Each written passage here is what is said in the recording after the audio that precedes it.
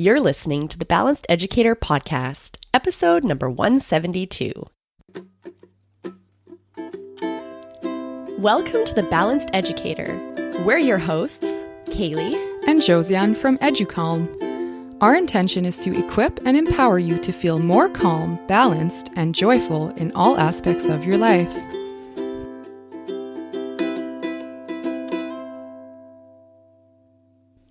Are you looking for strategies to improve classroom management? A great place to start is by teaching emotional regulation skills to your students so that they can self-regulate and better manage their behaviors. But how do you teach self-regulation skills to kids? Yoga and mindfulness is a great way to teach emotional regulation to students in a fun and engaging way. Hi, it's Kaylee here today, and in this episode, I'm interviewing Giselle Shardlow from Kids Yoga Stories. Kids Yoga Stories was founded in 2012 by classroom teacher and trained yoga instructor Giselle Shardlow. Through her travels and teaching grades K to 5th in Guatemala, Australia, Canada, and the United States, Giselle witnessed the need to address childhood literacy, obesity, and stress. She blended her passions of yoga, mindfulness, and education to create books, card decks, courses, and educational resources to bring the benefits of yoga to children everywhere. In this episode, we discuss what is kids yoga and how is it different from adult yoga. We talk about how to teach yoga to kids and teens and how to bring yoga and mindfulness into the classroom. We talk about how to make yoga and mindfulness fun for kids so they'll actually enjoy it and want to participate. And finally, we discuss how to prepare for bringing mindfulness and yoga into your classroom or your school and really easy ways to get started. Now, before we dive in, here's a word from our sponsor. Do you want to incorporate social-emotional learning and mindfulness into your classroom to support students with mental health, focus, self-regulation, and emotional intelligence? With so much on your plate as a teacher, you probably just don't have time to get trained, develop resources, and teach the lessons yourself. Plus, you need time for self-care too. That's why we developed EduCalm, to support teachers like you. EduCalm is a fully bilingual English and French co-regulation program created by teachers.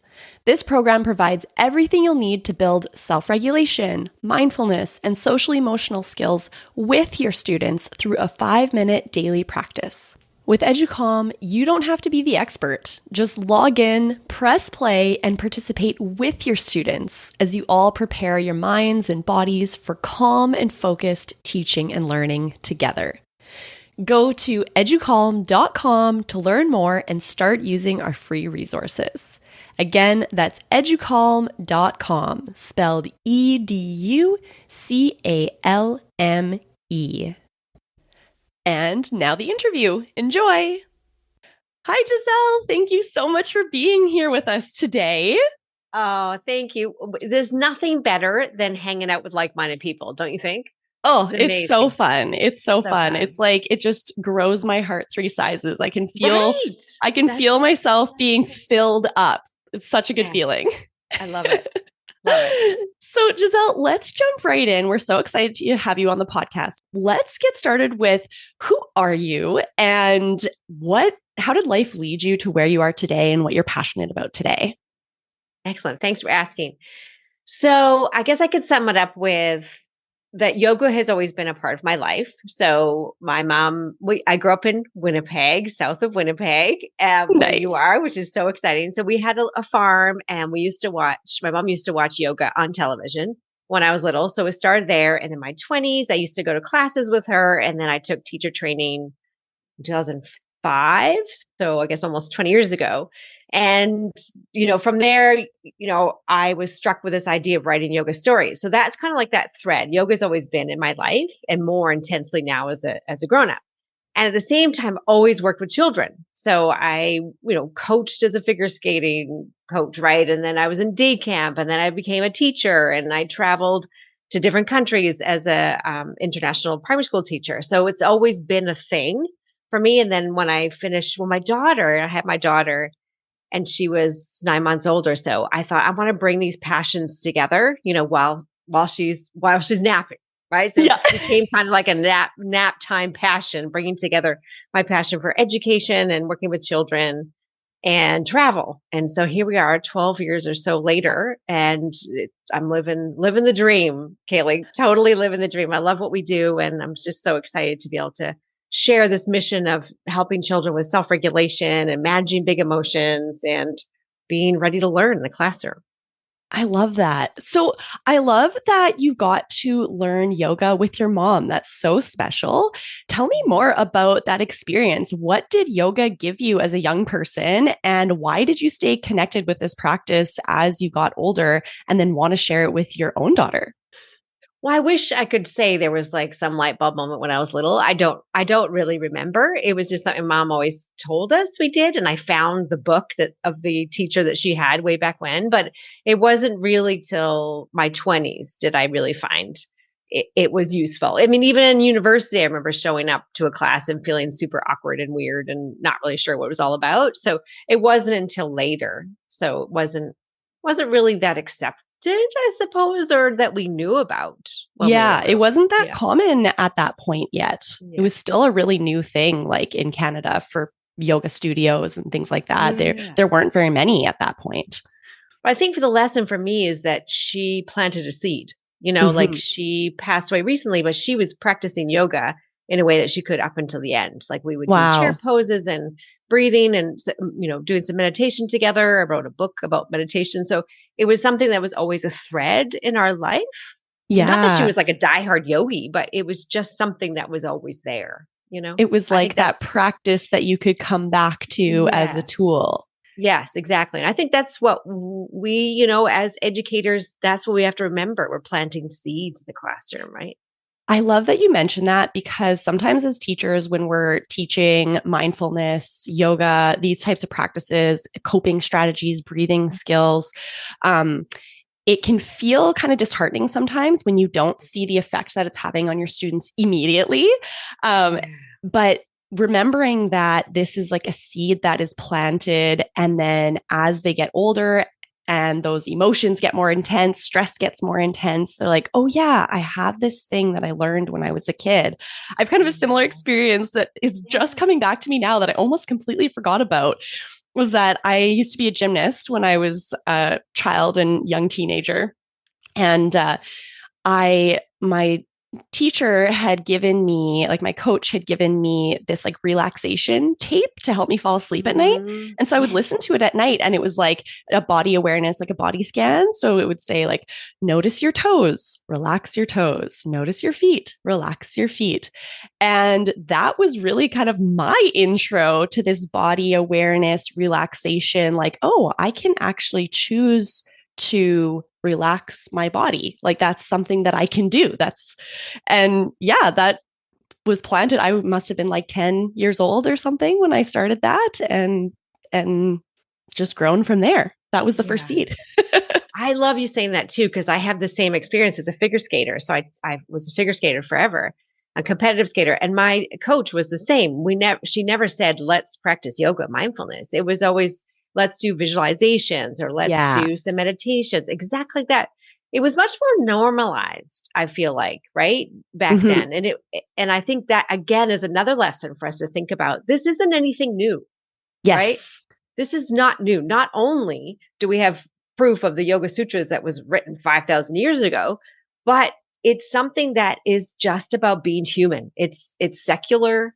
It's available to us all the time. It spans across all religions, so there's no barriers. It's just about being a human, learning to breathe well, move well, and know how, like, your thoughts, words, and actions, right?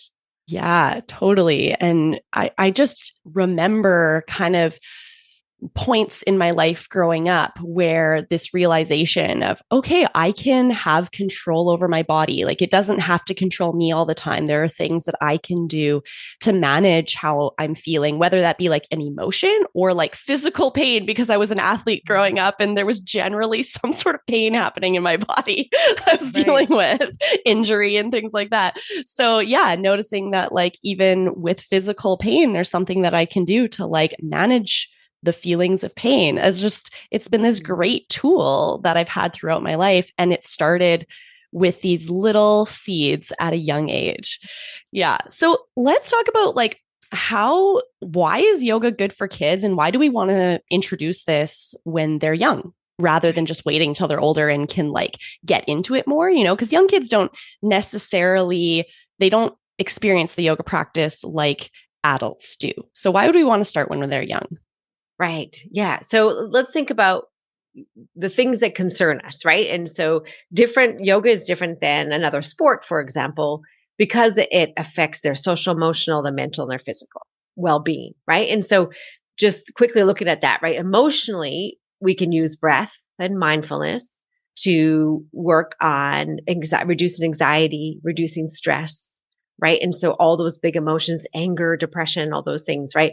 And then mentally, we use it specifically in the classroom for focus and attention. We're using, again, the breath, mindfulness, some chair yoga movements, different shapes. Physically, super important. I feel like even more so now, right? We have grown these sort of hunched over, not so physically fit children because of the screen time and the pandemic. So flexibility and strength and core and strengthening all these kinds of pieces that also really helps them in their sports and other activities as well. And also social, right? And it gives us this opportunity to tune in. So we become more aware of what we're saying, what we're thinking, how we're behaving, sort of taking a pause, and it has better relationships, right? This character education that we study with the children, the yoga principles, allows us to connect and cooperate on a deeper level, right? So I think that's looking at that as a well-being. I'm sure you've got more to add to that, right? Yeah, no, I love what you said and how it spans different areas. And I also really appreciate that you related it to sport. I think that's something that we haven't talked about, especially not on the show, but how this practice of mindfulness, yoga, like we can think of it as a sport. And that's actually something that I teach a lot in workshops at schools, because I almost always have a question from a teacher being like, well, what if there's a parent that doesn't want us teaching mindfulness in the classroom or doesn't understand what it is and thinks it's a religion? They don't realize that it's a secular practice. Right. I always give the example. I say, well, think of mindfulness like a sport, football, for example. So you might see a football team praying before a football game or thanking God when they get a touchdown. That doesn't mean the sport is religious, but those people are welcome to bring religion into any aspect of their life. Football is the sport, and then they bring to it whatever they want. And the same is true with yoga and mindfulness, is that it is a secular practice, but some people bring prayer into it. Some people bring aspects of their religion into it. They're welcome to do that. But what we teach in the classroom is the secular version. So we're not talking about, religious aspects. We are talking about the mind-body connection, just as we do in any other sport. So yeah, it's a cool way of looking at it. And as you said, we're developing different aspects of the body and mind with a yoga practice, just as we do, we understand the importance of physical activity, and which is why we have physical education, phys ed in schools. And oftentimes phys ed classes have a unit on yoga, which is great because it's a sport just like others. So absolutely. Yeah. Yeah. So great. So now let's talk about like bringing story, and what does this actually look like in the classroom with children, with students? How do we bring this yoga practice into the classroom? Does it look like it would look like in a yoga studio with adults, or how do we adapt what we're teaching and how we're teaching it to be working with kids? Yeah. Well, let's first of all look at, what is yoga, right? And so we remind ourselves that it encompasses the physical postures, which is the most common thing that we think of or see in the Western world here, right? So physical postures, mindfulness, meditation, character education, karma yoga, which is an act of service to others, and obviously breathing, right? And so there's lots of components that we can bring. So thinking about how that looks different with children than with adults. For example, let's think about, I'll give you some stories. So I work in a school with 4th and 5th graders. And when I went to pick up the children from PE, it's a very, the dynamic is tough in this class, let's just say, right? And so they often get each other dysregulated very easily, and it's hard for them to focus. At the end of PE, the teacher was saying to them, go lay down and have a deep breath, like a square breath. And I hadn't seen that before. And they all just, and she said it not like in a calm way, it was like, go sit down, go like in a PE teacher kind of way, right? Go sit down, do your square breath. And they all did it. They all laid there for a few moments. And I couldn't visually see if they were breathing or not, but that's what they had asked for. But she told me afterwards, she said that they had self-identified that they needed to do that, right? Oh. Incredible. This is something that took 30 seconds. And I tell you, Kaylee, when they came, this is just recently, when they came back into the classroom afterward, they were transformed. Not only did they get the movement piece, but they were able to come down. Their energy was able to come down at the end of PE class to come back in and be ready to learn, right? Amazing. And then another story would be for me personally in a classroom where we just did some chair yoga poses just to create movement. When you have that long morning block, oftentimes in elementary, it can be that you have your specials in the afternoon or whatever, however that works out. But you can often have these long blocks and you have to transition. And for children, middle school is great. If you get to transition between classes, you get to get up and move, right? But if you're in elementary, you can have a big block of time. So in the middle, we would do a chair yoga or something like that just to loosen things up. And that worked wonders, right? To help them refocus between transition. Thinking about, stories of how it looks different with some of our community members. So we had a woman named Amy. She was a guidance counselor. She took our school yoga program and she started to do mindful morning announcements. And it was something that they did every Monday. The children just got used to it. They would hear it over the announcements from Amy, and then the classrooms would do the breathing exercise. One day there was an accident in the playground. A little friend had to go off in an ambulance, and the children were really upset, obviously. So the principal said, Amy, can you go down there and help the situation? She went down there and she had a group of 50 children and teachers. And she asked them to do a breathing exercise, right? One that they had done together, the figure 8. And so you can imagine what happens, Kaylee. Like you've got 50 people, adults and little ones, all of a sudden on the same page, taking a moment to do a deep breath together, right? That is the benefit.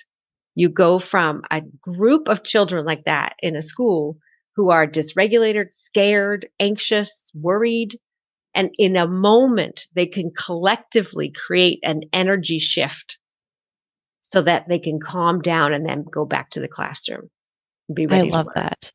Right? One thing that's standing out to me in these 3 stories that you told is how in each story, these breathing practices are super simple, only take a couple seconds, but there's something that have been repeated often. So the students know how to do it before we're asking them to use it as a tool.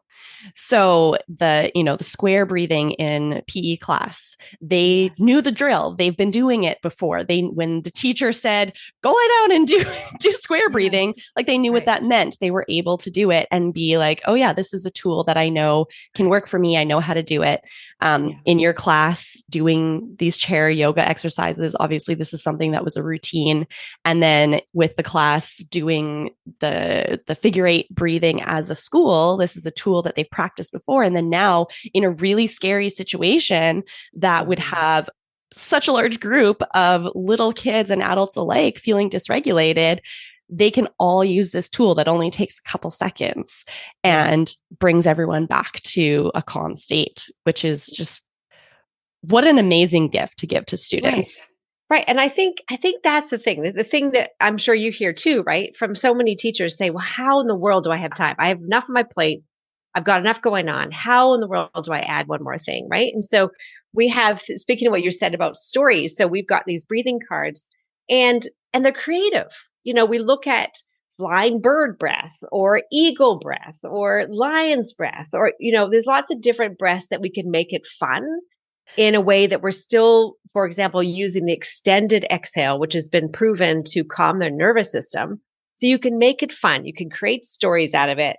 It can be creative and it can be quick, right? And you might be thinking, how in the world is teaching children to breathe going to make a difference? So our challenge, our invitation, right, to all of us is try it.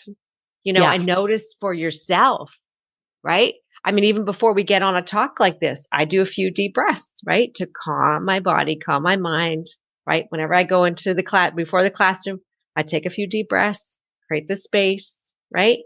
It becomes part of your ritual as an educator. And it was the same for me before this podcast. I was feeling a little bit achy, had a bit of a headache. I was like, okay, I've got 5 minutes. I'm going to go 5 minutes isn't very long, but it's enough time to go do a couple sun salutations, move my body. And then all of a sudden, wow, I feel ready to perform at my best, And as a teacher, if you can make that part of your little ritual, little routine before you interact with your students, it can be so beneficial. Yeah, absolutely. Yeah, absolutely. That's great. So yoga cards, or breathing cards, you were talking about all these different animal breathing. That's another thing that's so fun with kids is they connect so easily to animals. And that's one thing that's really fun with yoga is that most yoga poses are modeled after animals. And you are kind of asked as the yoga student or as you're doing the posture to kind of embody that animal. And I think that is something that weaves through many different traditions and many different cultures is this aspect of connecting with kind of the animal's qualities. And yoga is so fun for that. So tell me more about different animal breathing, and maybe can you guide us through an animal breath? Yeah, totally. Wait, just you saying that remind me now that because you're on the Canadian soil over there. We had another one of our participants in our school yoga program was from the north in Ontario, working with First Nations groups. And she worked with the elders there. We created these cards together called the Grandfather Teachings. They're so amazing, right? And she looked at the work that we were doing. She was looking at, wow, how similar it is to First Nations culture, right? And so the animals came through in these cards, and they're acting out these shapes and what they know through the wisdom of these animals through yoga postures. It's just amazing. So as you say, it goes across different cultures. So animals, definitely. For the little ones, for sure. I mean, for the older ones, not so much. They would think we were a little goofy. They might not outwardly be excited, but there is some form of familiarity that comes up when you ask them to, breathe like a certain animal or behave like a certain animal. It gives them something to kind of imagine and connect with when they're doing this breath or posture that is unfamiliar to them. So it brings some sort of familiarity and makes it feel less weird for the older kids, at least in my experience with high school students. I noticed absolutely. that. Absolutely. Well, speaking of which, let's do eagle breath. This one, when I was making these cards up a couple years ago, my daughter, who was probably about 10 or so at the time, so she wasn't a little one, but she made it. I said to her, you make up one and we'll add it in the deck. And she knows I love bald eagles. So I'm from Vancouver originally, and we used to go up on the way to Whistler there in anyway, we used to go watch the eagles. So a bald eagle. So she says, put your arms up like this. So we're doing our eagle arms. And then when you take a deep breath, you can't see it, can you? So when you're doing like an eagle pose, putting your arms up in front of you, your palms are crossed in front. And as if you're looking through your hole like an eagle, you take a deep breath in, and then you take your arms to your hands to your shoulders. And then you breathe out right in and to the other shoulder. Well, so it's almost like you're giving yourself like a deep hug and then connecting the back of your hands on the inhale. And as you exhale, giving yourself a hug. Yes, exactly. So that's something like, it doesn't have to just be us as adults creating these fun, creative things. It can be the children, like tell us how a bee, so a bee would be, bzz, we could do a buzz breath or whatever. So get them involved. Yeah, so fun. I love doing lion's breath with my students because it starts out with me demonstrating, and then everyone pees their pants laughing because it's so silly. And then we do it together, and it's just like a fun way to bring laughter and silliness into the classroom with all ages. I've done it with kindergarten kids. I've done it with grade 12 students, and with adults. I do that breath a lot when I'm leading professional development workshops with teachers, and it's just, it's funny. Do you want to explain lion's breath? Yeah. And what's great too, adding that to the pose. So you could be in like a tabletop, in on hands and knees, and then bringing your shoulders back and then taking a breath in and your tongue comes out. So that there's something about that. And you could do the eyes too. Yeah. So your eyes can go goofy. Your tongue comes right out. And it's this moment of what is it? There's something magical about lion's breath. It's like I don't care what my face looks like. So there's a piece of that. You got to like surrender, right? Let's do that again. Inhale in, exhale out with your tongue out. So great. I always tell my students to try to reach their tongue as far as they can down and look with their eyes as far as they can up. So it's like you get this whole face stretch, which is really nice. And then I always over exaggerate the like, make a funny noise to get everyone giggling. Right. I think that's the thing. What you're making mention there. It's not just the anatomical. It's not just the breath and what it's doing to your body, but you're also with your mind, you're making it silly and fun and relatable, and it's not like a forced thing. It's not something that's hard or, so it's an experience and collective. So you're having that collective experience all together. Yeah. And then you can share it, so there's a lot goes on there in a little crazy lion's breath. Yeah. So fun. So I'd like to know your advice for a teacher that's just getting started and maybe they don't know a lot about yoga. Maybe they don't practice yoga themselves at all, but they're like, this is something I'd like to bring into my classroom. Where should they start? Yeah. So yoga, as we talked about the different facets, it's so broad. And you're right. This is something we hear all the time. So in our school yoga program, for example, I'll share with you one of the things that we do as part of our program is the first thing is to look at your ideas. So we make this web and we look at the why. So be thinking about what is your why? Why do you want to bring this to children? Is it because you've got little ones? What is it? Little ones who need some extra just movement? Is it older ones who maybe need some more self-esteem or connection? Is it more working with children with anxiety or stress? So I think that why is super important to start there. Otherwise it becomes too overwhelming. But if you've got that kind of as your North Star, then you can piece it down into what's your age group, right? How do you describe the economic background, the different cultures, the diversity, the special needs, thinking what is the population that you're working with or that you want to work with, right? And then thinking about the what. So which of these practices do you love the most? Is it physical postures? A lot of teachers say, oh, I don't want to practice physical postures in the classroom because I feel self-conscious, right?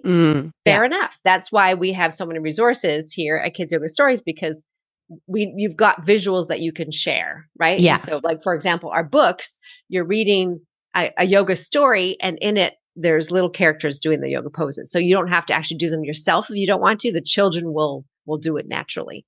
So thinking about whether that's, whether it's the physical postures, the mindfulness, I know at EduCom, there's a lot of mindfulness practices, right?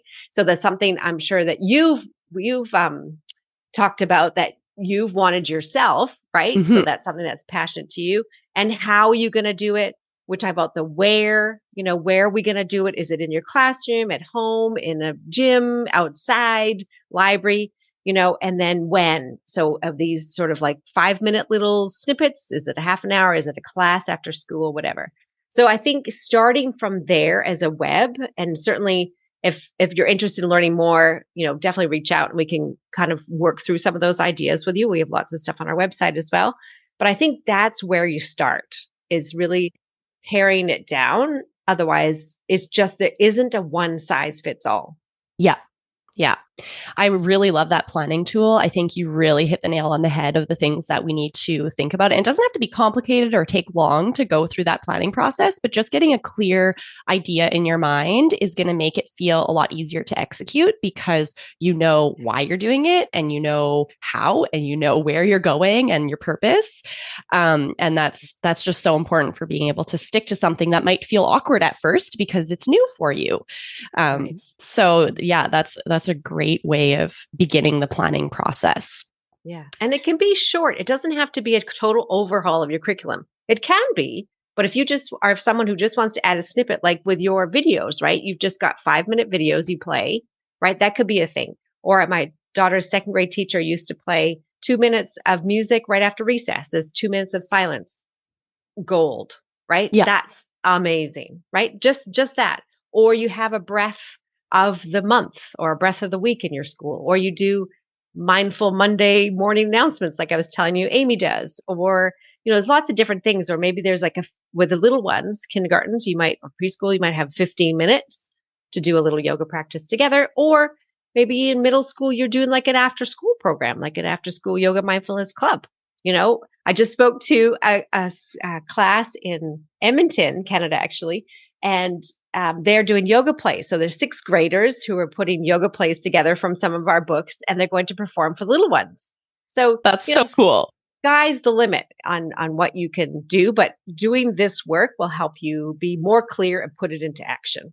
Yeah. And realize that as you said, it doesn't have to be a whole overhaul. You can start small. It can be, one breathing strategy for the entire month. And as you become more comfortable with that first small step, then you might want to build on it and feel more comfortable building on that initial strategy.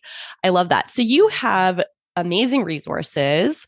You have so many books. So if I were in an elementary classroom teaching elementary, I would definitely incorporate some books into story time. Even maybe as, in high school kids like having stories read to them too. It's just so unusual for them. So it could be definitely used at any age. But let's talk about how our listeners can connect with you and your resources after this episode, because you have a lot to offer. Awesome. Thank you. Thank you for asking. So if you want to hear more about our school yoga program that I mentioned a few times, definitely check out our website for that. It's kidsyogastories.com. Also our shop, we've got hundreds of different products, both physical and digital. If you're looking for different themes or different ideas to bring into your classrooms, your homes or studios or whatever. We're on social media. Instagram is Kids Yoga Stories, and Facebook, Pinterest. You could email us at Giselle, Giselle, at kidsyogastories.com. And we look forward to connecting. Awesome. And we'll put all of those links in our show notes. So listener, you can just go from the app that you're listening on and there's usually a spot where you sort of scroll a little bit and it shows you all the show notes, and everything will be linked there. So it'll be really easy for you to connect with Giselle and Kids Yoga Stories. Giselle, thank you so much for being on the show. I loved this conversation. I think that there are a lot of ideas that teachers can jump right into their classroom now and try something out, and not put too much pressure on themselves, just planting that little seed. Yes. Yeah. And being creative, making it relevant, right? Making it based on your topic or theme and making it fun. And that's the thing. It's not like a forced thing. It's supposed to be fun. Yes. Right? Exactly. Yeah. I love it. Thank you so much. Thank you, Kaylee. See you later. And there you have it. If you enjoyed this episode, be sure to share it with a friend or colleague that would get value from this free resource too. And before you get out of your podcast app, can you do us a favor and quickly leave us a review? Let us know what you enjoy about the show. Hearing from you just fills our hearts and helps us to feel connected with you. Podcasts are funny in that we don't get feedback on podcast episodes like you do on posts with social media. So our way of connecting with you is through reviews. So please leave us a review. Those reviews also help other educators, teachers, to find our podcast as well and benefit from what we're sharing. Thanks again. We appreciate everything that you are doing in the world. You are awesome. And we look forward to chatting with you in our next episode.